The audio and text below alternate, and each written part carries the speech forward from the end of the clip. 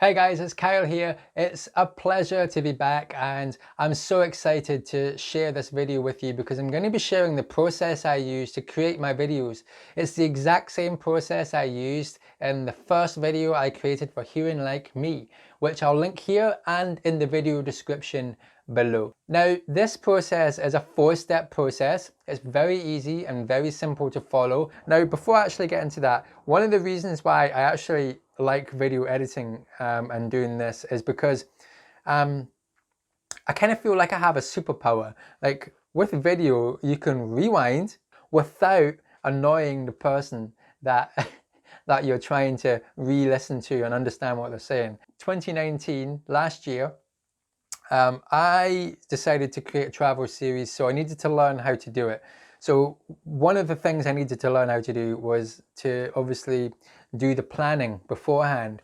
And so what we have here is that exact planning, and I used this in the first video like I mentioned. So what I do is I write the date down that I want to publish it, and that sets everything else in motion. As soon as you've got a date, everything works from there. The first thing you want to do is create a pre-production schedule. So you want to list out equipment need. So any equipment that you have, just write it down. What is the equipment that you're going to be using in the video? Then I want to decide the days that I want to shoot. So I write down the days that I want to shoot the video on. The same thing goes for editing, and then the same thing goes for publishing. The second step is the content map. So the content map is basically a way for us to kind of figure out the direction we're going in this video. I like to get an A4 bit of paper, put a line down the side, at the top, right beginning, at the bottom, right ending, and then I have in between the locations and people that I'll be having in the video. So if you're like me and you sometimes do videos from a room in your home, I like to do this in terms of which room and which angles do I want to shoot the video from. So I make sure that I have that in the order that I'm going to be doing that. So if I'm starting off in my kitchen, I'll put kitchen first. If I'm then going to move to the living room, I put living room second. If I'm then going to switch from straight on to side on, I would then put that in there as well. And I'll just write it all down so then when I look at it, I've got a bird's eye view of exactly what I'm going to be doing in the video. And that's what you call a content map. Then you're ready to do the research that you need in order to actually know what you're talking about. So if you're talking about a place or a person or something to do with hearing aids or something to do with whatever, it always helps to understand what it is that you're talking about.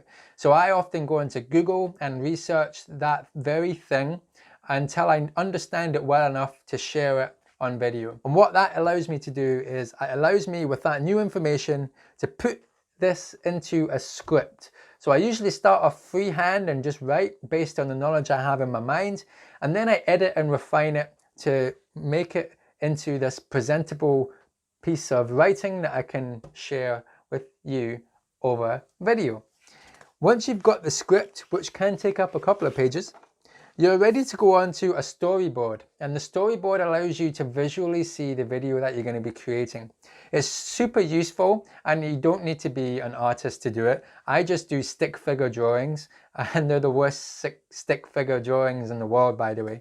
And I usually just have squares on the paper going horizontally, and I have a little box, a little bit of room underneath the square to write in that particular part of the script that relates to that part of the storyboard. So you want to make sure that whatever you're showing on the video matches the script that you're saying.